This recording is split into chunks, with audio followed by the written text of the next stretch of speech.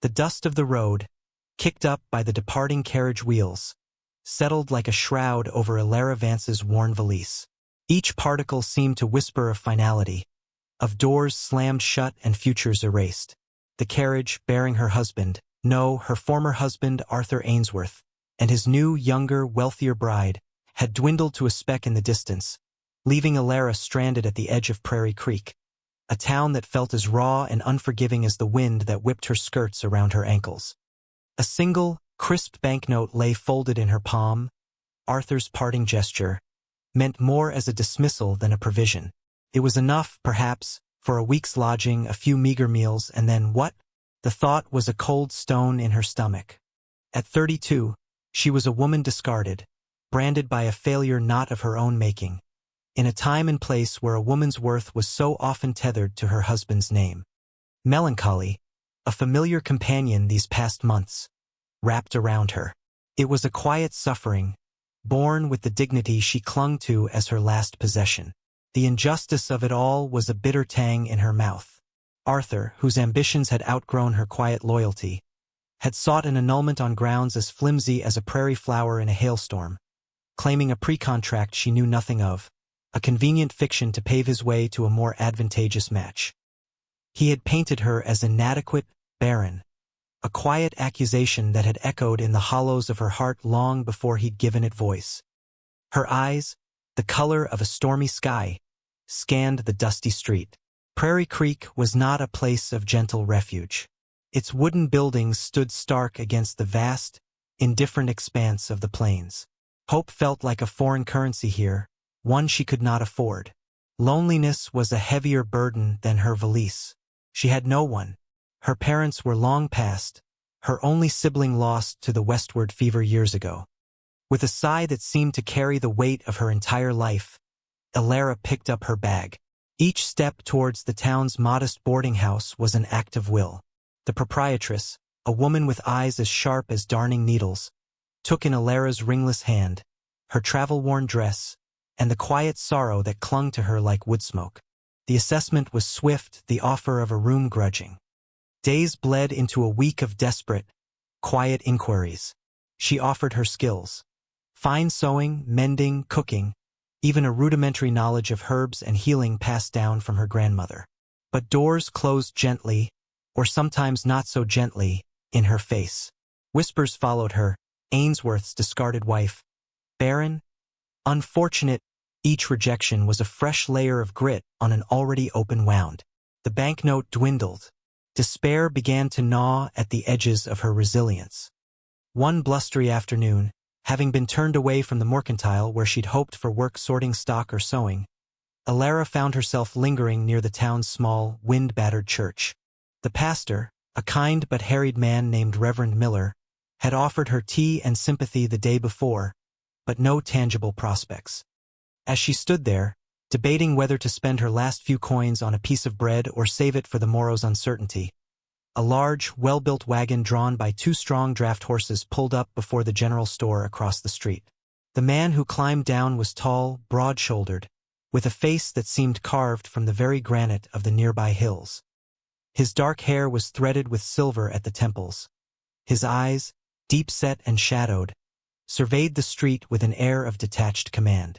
This was Gideon Thorne, owner of the sprawling Triple T Ranch, a man whose name was spoken with a mixture of respect and a certain cautious awe in Prairie Creek. He was known to be wealthy, solitary, and a man of few words. Reverend Miller emerged from the church, spotting Alara. He offered a sympathetic smile, then his gaze shifted to Mr. Thorne, who was now speaking with the store owner. An idea, sudden and perhaps desperate, flickered in the pastor's eyes.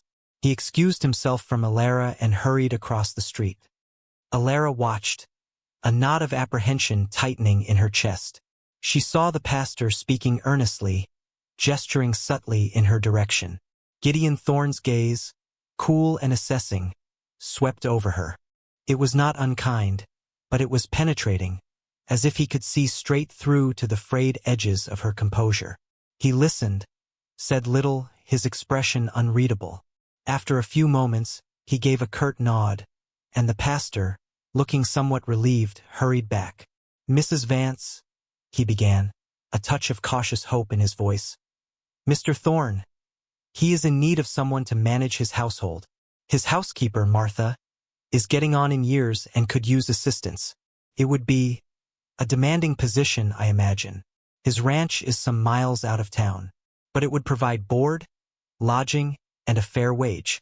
Alara's heart gave a painful lurch. Work, real work, and shelter? It was more than she had dared to hope for, but the apprehension remained. Gideon Thorne was an enigma, his reputation one of stern self-sufficiency. To live under the roof of such a man, so far from the meager society of the town, was a daunting prospect. He wishes to speak with you, the pastor added gently. Taking a deep breath, Alara smoothed her worn skirts. This was it, perhaps her only chance. She nodded, her throat too tight for words. With a quiet determination born of sheer necessity, she crossed the dusty street. Gideon Thorne turned as she approached. Up close, he was even more imposing. Lines of weather and, she suspected, sorrow were etched around his eyes and mouth.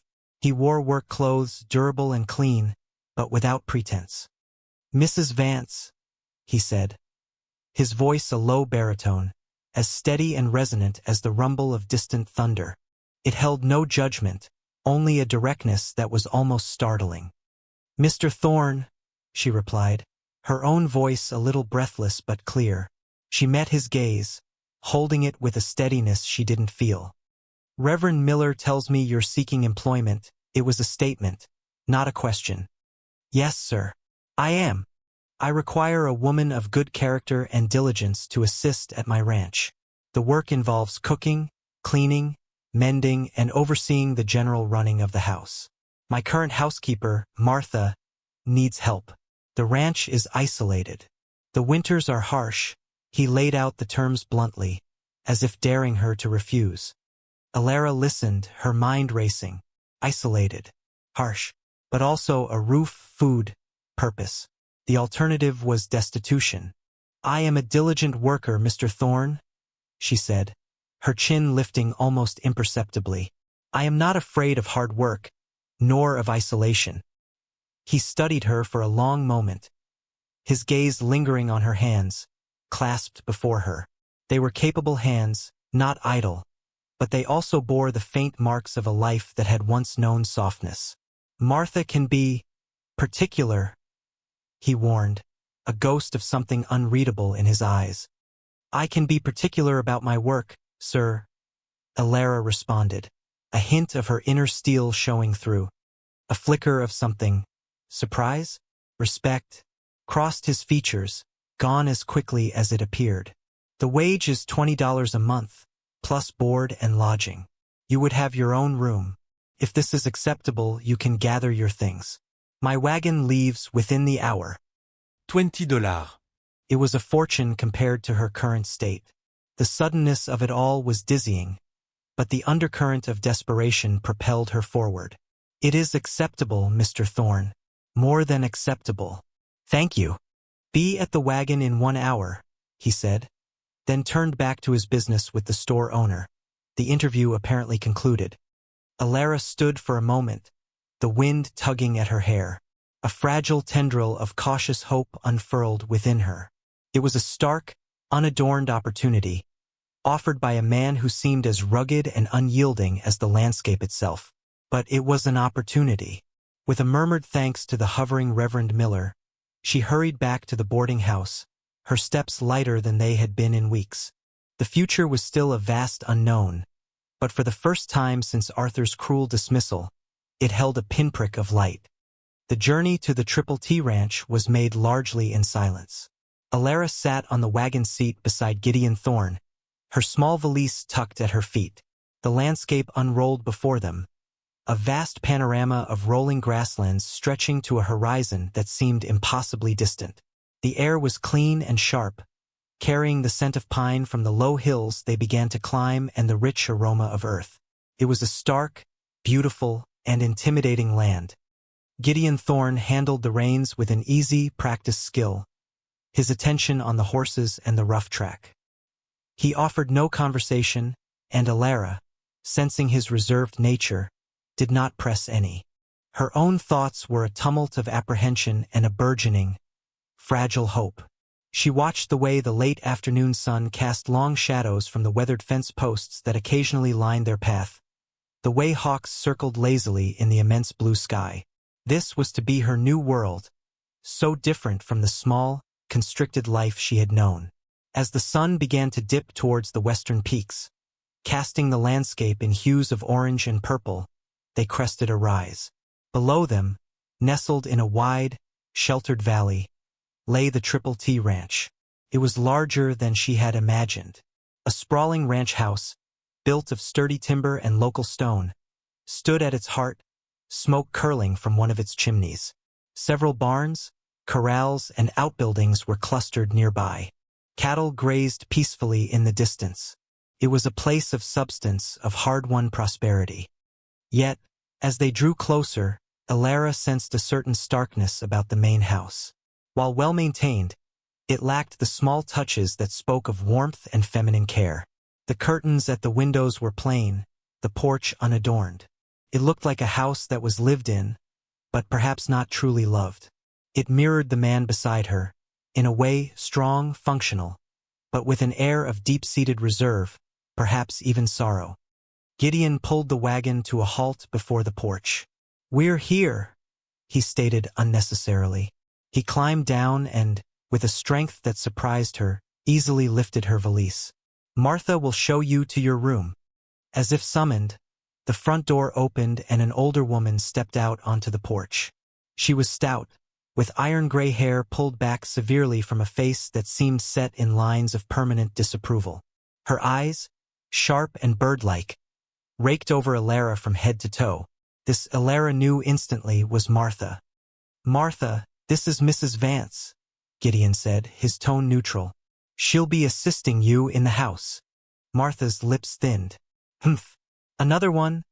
she muttered, just loud enough for Alara to hear. The words, and the implication that Alara was one in a line of unsatisfactory predecessors, stung.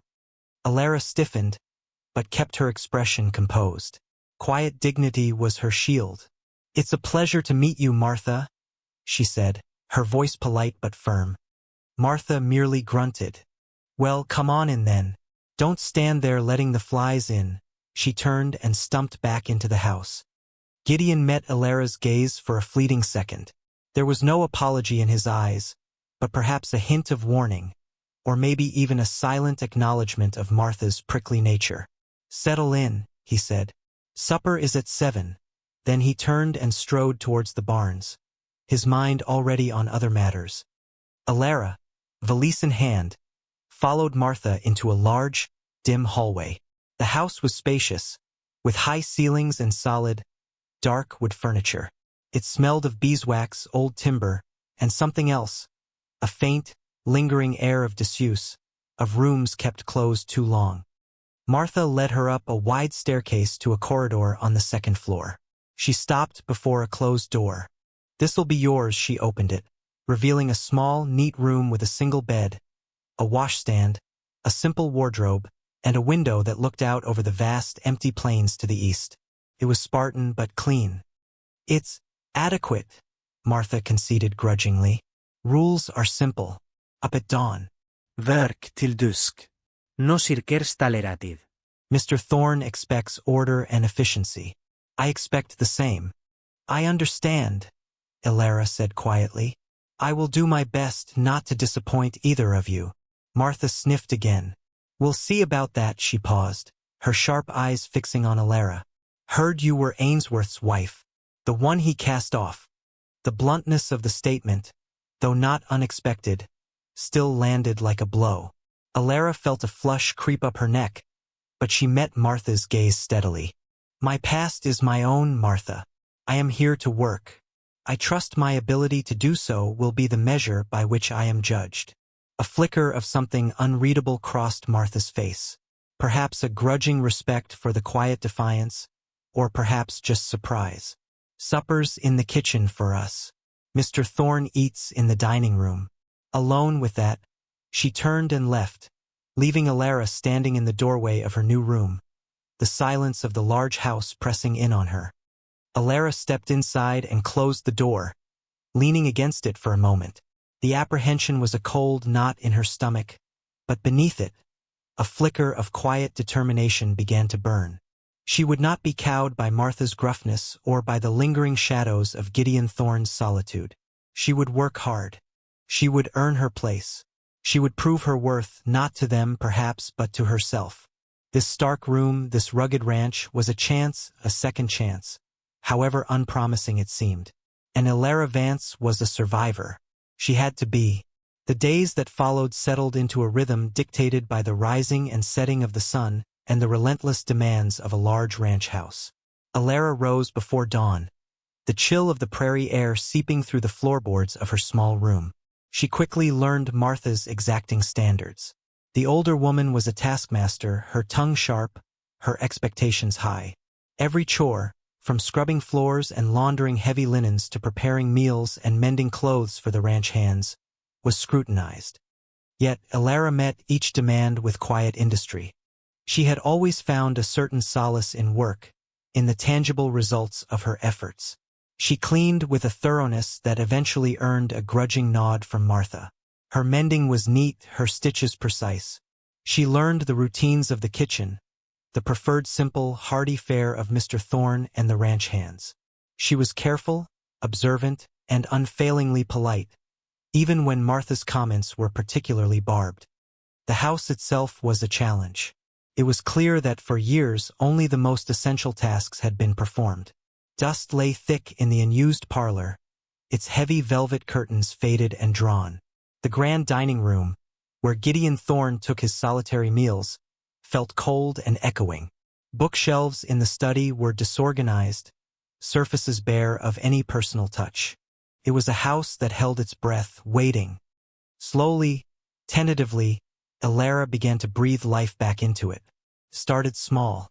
She aired out the parlor, gently dusting the forgotten furniture, letting in a sliver of sunlight. She polished the silver until it gleamed, a task Martha had long neglected. She found a patch of earth near the kitchen door, long fallow, and with Martha's grudging permission, began to turn the soil, dreaming of a small herb and vegetable garden come spring. These were not tasks explicitly assigned, but actions born of an innate desire to create order and a touch of warmth in the starkness that surrounded her. Gideon Thorne remained a distant, almost spectral presence in her daily life. He was gone before she was fully about her morning chores and often returned late, after she and Martha had finished their own supper in the kitchen. She saw him mostly at a distance, a tall figure on horseback surveying his domain, or heard his low voice speaking with the ranch foreman, Jed, a weathered, capable man.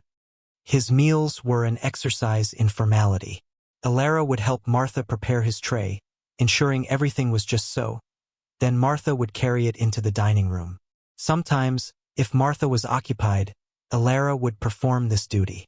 She would enter the cavernous room, place the tray on the long, polished table where he sat alone, murmur a quiet "Your supper, Mr. Thorne," and retreat, acutely aware of his silent scrutiny. He rarely spoke to her beyond a curt nod or a thank you, yet she sensed he was not oblivious to the subtle changes in the house. One afternoon, as she was carefully arranging a small bouquet of dried wildflowers she'd gathered on a shelf in the dim hallway, he passed by. He paused for a fraction of a second, his gaze resting on the simple arrangement. He said nothing, but Alara felt a warmth creep up her neck, a strange mixture of self-consciousness and a quiet sense of accomplishment. He had noticed. Her relationship with Martha began a slow, almost imperceptible thaw. The older woman's criticisms became less frequent, her instructions less harsh. One evening, after a particularly grueling day of fall cleaning, Martha surprised Alara by offering her a cup of strong, sweet tea. They sat in the kitchen, the silence companionable rather than strained. "You work hard, girl," Martha said, her voice gruff but without its usual edge. "Harder than the last two he hired." Alara merely smiled faintly. "I aim to earn my keep, Martha." "Humph. Seems you might." At that, Martha took a sip of her tea. "This place, it needs a woman's touch. Proper one. Been too long, her gaze grew distant, clouded with a sadness Alara didn't understand but could sense. Since Mrs. Thorne, since the fever? She trailed off, shaking her head as if to dispel an unwelcome memory. This was the first hint Alara had received about Gideon Thorne's past. A wife, lost to fever. It explained so much. The solitude, the carefully guarded heart, the house that felt like a mausoleum. A wave of empathy washed over Alara. She too knew grief, though of a different kind. The loss of a dream, the slow dying of a love she had once cherished. As autumn deepened, bringing a sharper bite to the wind and the first frosts that silvered the prairie grass, Alara found a quiet rhythm in her life at the Triple T. The initial apprehension had eased, replaced by a cautious hope. She was no longer desperate, no longer facing imminent destitution. She had a place, a purpose, however humble. She began to take short walks in the late afternoons, when her chores were done. The vastness of the land no longer felt so intimidating. Instead, it offered a sense of peace, of perspective. She learned the names of the prairie plants, the calls of the birds.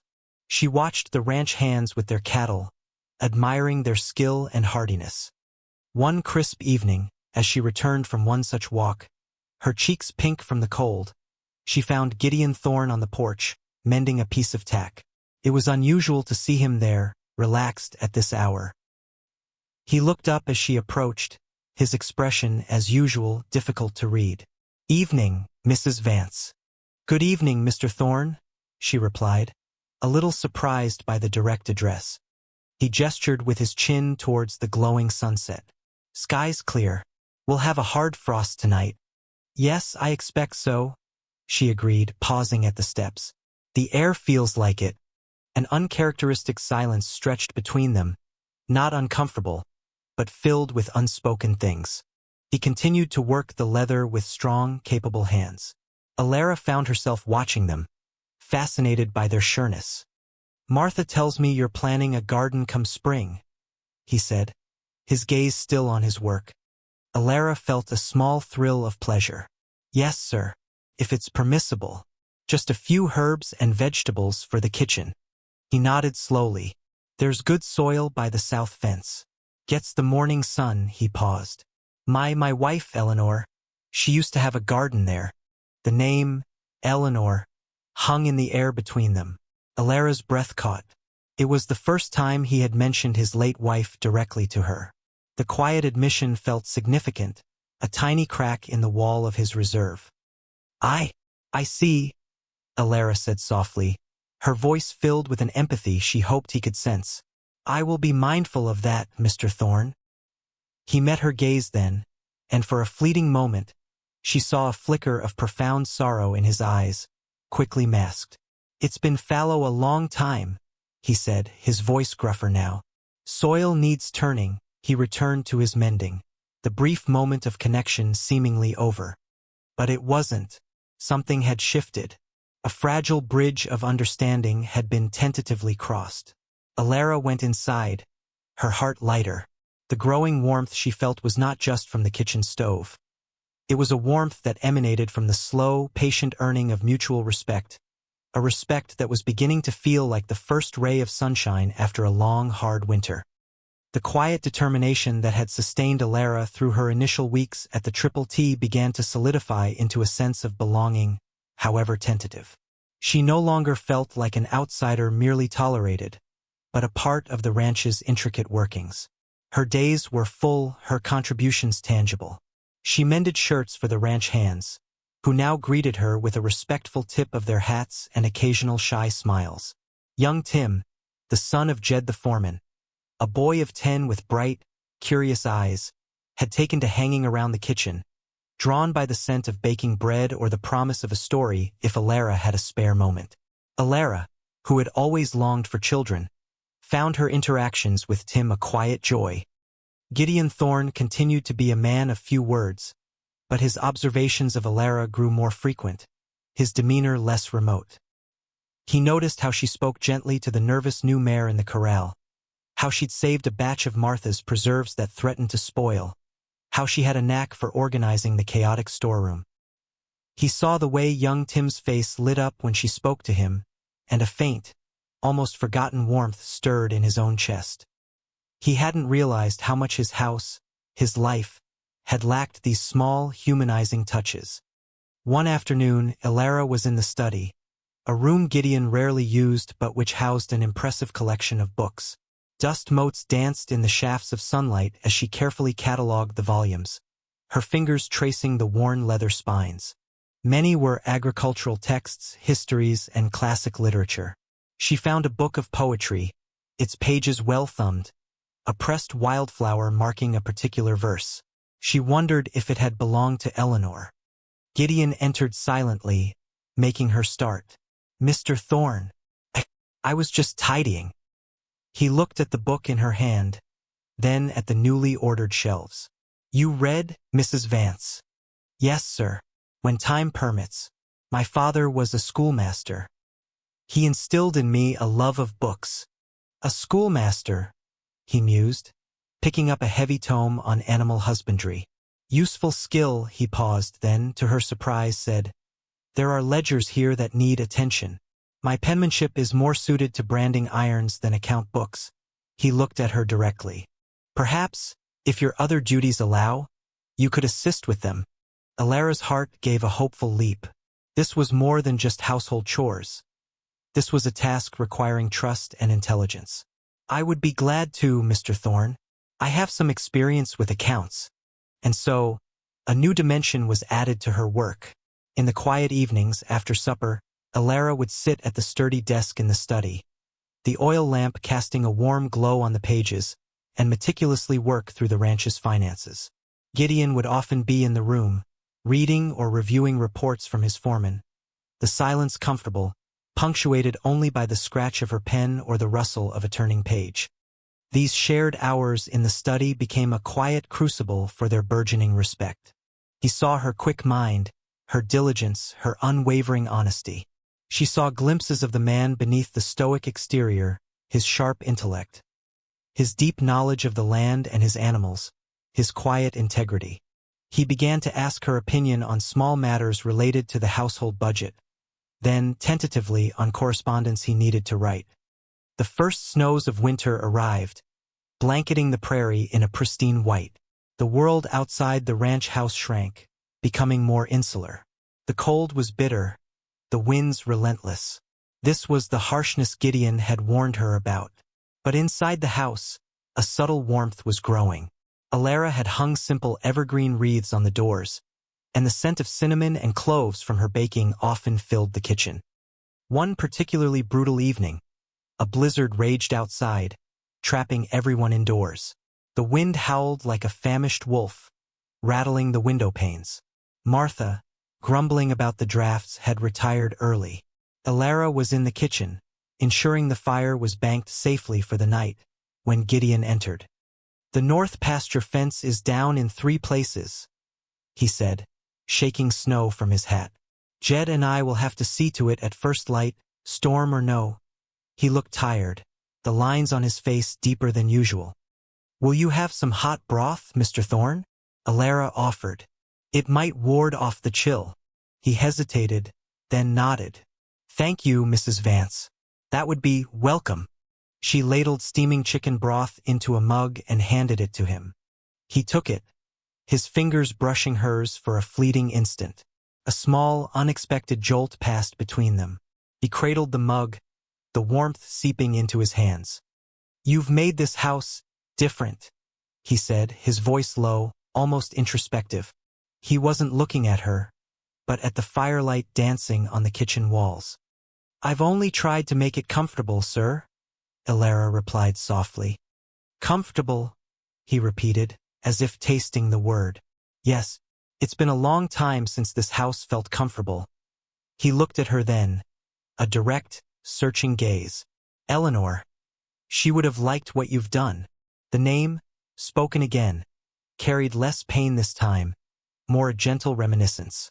Elara's heart ached for him, for the loss he still so clearly carried. "She must have been a wonderful woman, Mr. Thorne." A rare, sad smile touched his lips. "She was. The heart of this place," he paused. "The heart went out of it when she died. And our son, Thomas, with her. The revelation of a lost child struck Alara to the core. No wonder the sorrow in him ran so deep. No wonder the house had felt so empty. She could find no words, only a profound, silent empathy that she hoped he could feel. He seemed to sense it.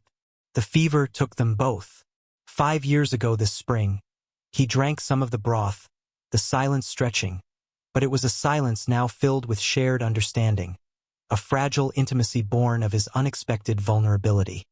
"I am so very sorry, Mr. Thorne," Alara whispered, her voice thick with unshed tears. He nodded, acknowledging her sympathy. "Thank you." He finished the broth and set the mug down. "The storm will likely break by morning. Get some rest, Mrs. Vance. It will be a hard day tomorrow." He left the kitchen then, but the echo of his confession remained. Alara slowly cleaned up, her thoughts swirling. He had shared his deepest pain with her. It was a burden he had carried alone for too long. And in that sharing, something profound had shifted between them. The respect was now tinged with a deeper emotion, a growing warmth that felt dangerously close to affection. The shadow of Alara's past, however, was not entirely banished. One afternoon, Jed returned from a trip to Prairie Creek for supplies, a letter in his hand. "This came for you, Mrs. Vance," he said, handing it to her. The handwriting was chillingly familiar. "Arthur." Her hand trembled as she took it. Apprehension, cold and sharp, pierced through the fragile peace she had begun to build. She retreated to the quiet of her room before breaking the seal. The letter was short, and to Alara, deeply unsettling. Arthur wrote that he had heard she was employed at the Triple T. He implied that her situation must be dire, and then, with an arrogance that made her blood boil, he suggested that perhaps, if she were truly penitent for her failings, he might consider finding her a more suitable, less arduous position elsewhere under his patronage. He even hinted that his new marriage was not without its challenges. Rage, cold and clean, swept through Alara. The audacity, the sheer, unmitigated gall of the man. Did he truly believe she would crawl back, grateful for his crumbs, after he had so cruelly discarded her? He had misjudged her resilience, her quiet strength, then, and he misjudged it now. She sat for a long time, the offensive letter clutched in her hand. Her first instinct was to tear it to shreds. But then a different thought emerged. This was a test not just from Arthur but for herself. How would she respond? Not with anger, not with pleas, but with the dignity she had fought so hard to maintain. That evening, in the study, Gideon noticed her quiet preoccupation. "Is something amiss, Mrs. Vance?" he asked, his gaze sharper than usual. She hesitated, then made a decision. She would not hide this. He deserved to know, especially given Arthur's subtle insinuations about her current employment. "I received a letter today, Mr. Thorne," she said, her voice carefully neutral. "From my former husband." Gideon's expression hardened almost imperceptibly. He said nothing, waiting. He seems to believe I am unhappy here. He offers to find me other employment." She couldn't bring herself to repeat Arthur's patronizing tone. Gideon's jaw tightened. "And what is your response to Mr. Ainsworth?" he asked, his voice dangerously quiet. Alara met his gaze directly. "I have not yet written it, sir. But I intend to inform him that I am quite content where I am, that my employer treats me with fairness and respect, and that I have no need of his assistance." A muscle worked in Gideon's cheek. He held her gaze for a long moment, and in his eyes, she saw not just approval, but something fiercely protective. "A commendable response, Mrs. Vance," he said, his voice losing some of its harshness. "Should Mr. Ainsworth trouble you further, you will inform me. It was not a request, but a quiet command." "Thank you, Mr. Thorne," she said, a wave of gratitude washing over her. He hadn't questioned her, hadn't doubted her. He had simply offered his support. Later that night, Alara penned her reply to Arthur. It was brief, dignified, and unequivocal. She stated her satisfaction with her current position and politely but firmly declined any further correspondence or interference in her life.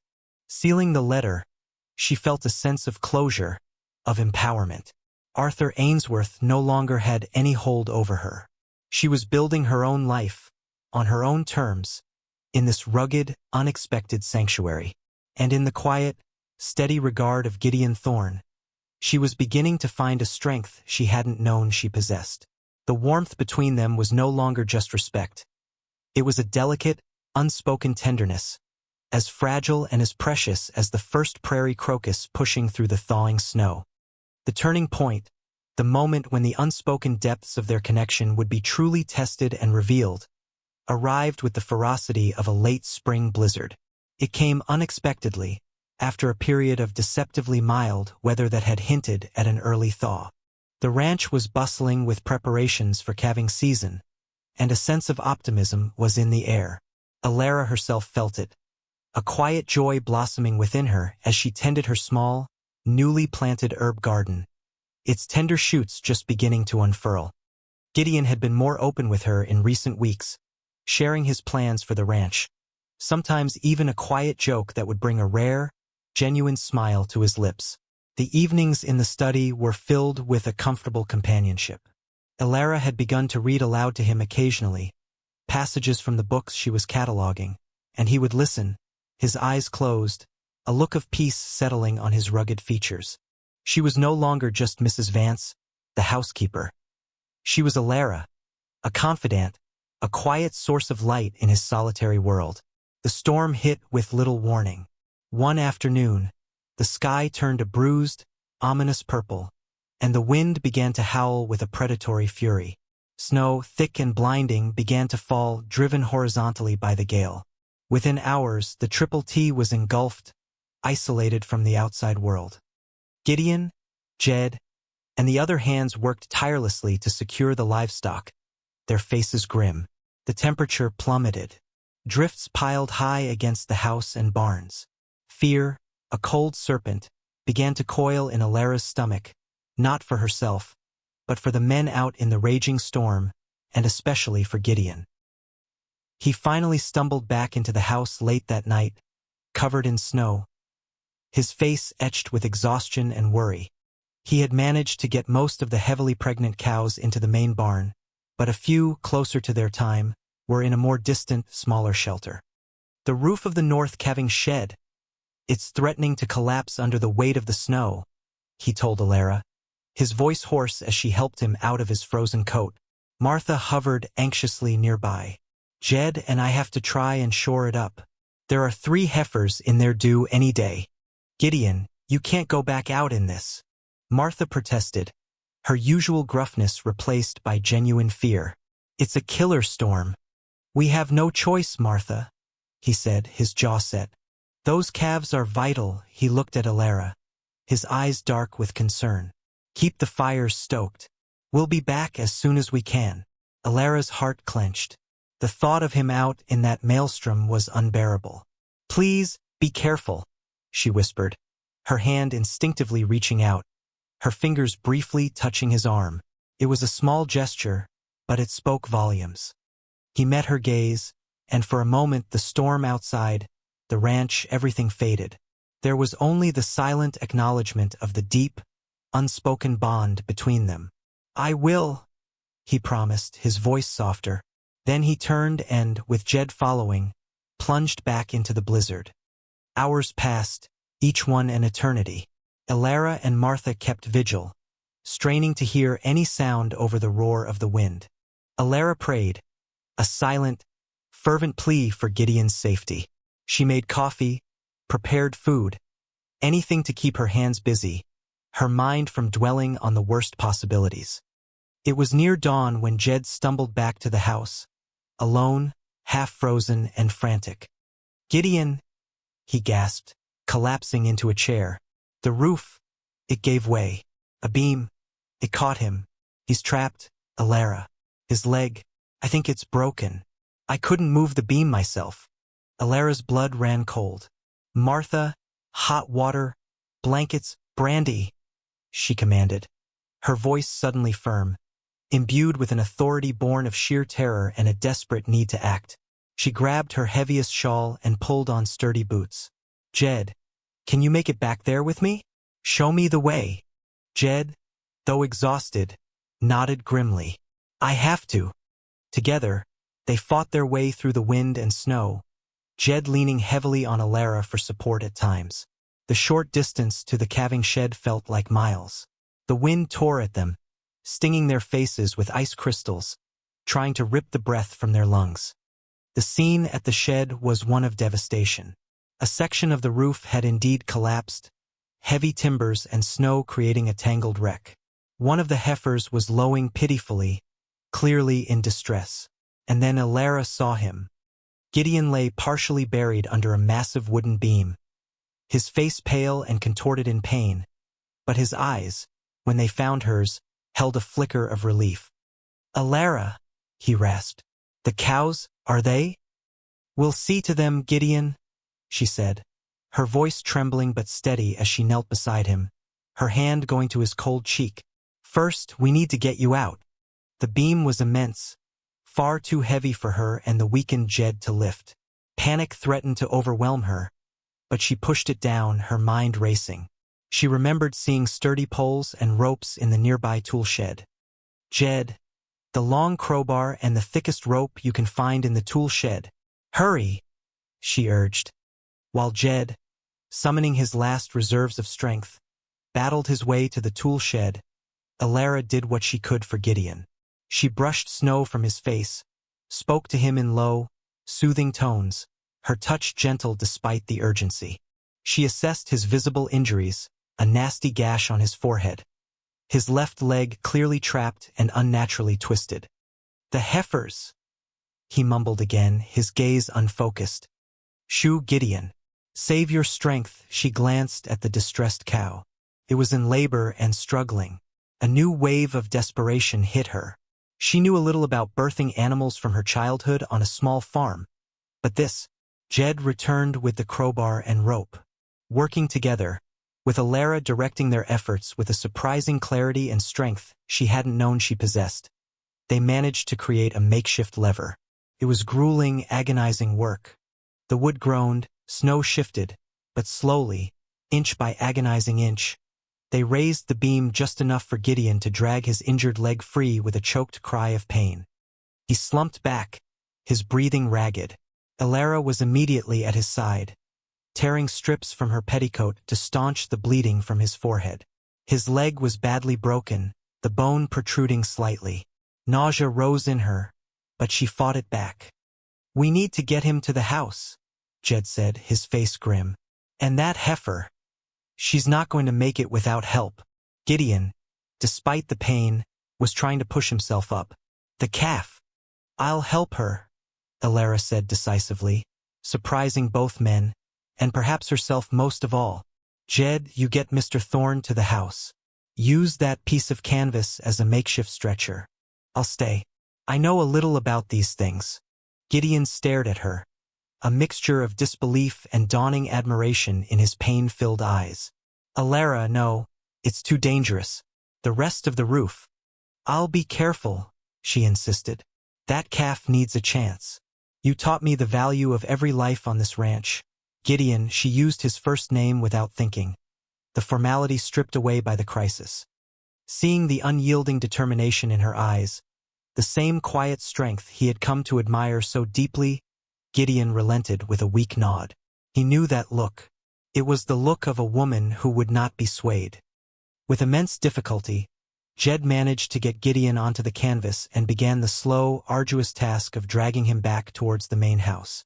Alara turned her attention to the laboring heifer. The dim light filtering through the holes in the damaged roof, combined with the ongoing swirl of snow, made it difficult to see. The animal was exhausted, frightened. Drawing on half-forgotten knowledge and a surge of desperate courage, Alara spoke to the heifer in calming tones, her hands gentle but firm as she examined her. The calf was large and badly positioned. This would be a difficult birth. For the next hour, which felt like a lifetime, Alara worked, her arms aching, her body cold, her focus absolute. She coaxed, she guided, She pulled with all her strength, whispering words of encouragement to the struggling animal. Finally, with a last, desperate effort, the calf was born a perfect, albeit weak, little bull. Elara quickly cleared its airway, rubbed it vigorously with handfuls of straw until it gave a shaky gasp and then a stronger cry. The mother, exhausted but alive, began to lick her newborn. Tears of relief and utter exhaustion streamed down Elara's face, freezing on her cheeks. She had done it. She had saved them. She stumbled back to the main house, a ghostly figure caked in snow and grime, just as Martha, with Jed's help, was settling Gideon into his own bed. His leg had been crudely splinted, his face was ashen, but he was conscious. When he saw Elara in the doorway, alive, weary, but triumphant, a profound emotion filled his eyes. "The calf?" he whispered. "A healthy bull," Elara said, a tired smile touching her lips. "And the mother is well." Martha, her face a mixture of awe and concern, rushed to Elara's side. "Child, you're frozen. And look at you. You saved him. You saved them all." Gideon's gaze held Elara's. "You saved me, Elara," he said, his voice thick with an emotion that went far beyond gratitude. He had seen her courage, her resilience, her unwavering spirit in the face of overwhelming adversity. She had not only faced the storm, but she had also faced his own potential demise, his ranch's potential loss, and had emerged stronger, a beacon of quiet heroism. He had taken her in, a woman cast aside, never imagining she would be the one to pull him from the wreckage, both literally and, he was beginning to realize, metaphorically. In the days that followed, Elara became Gideon's dedicated nurse.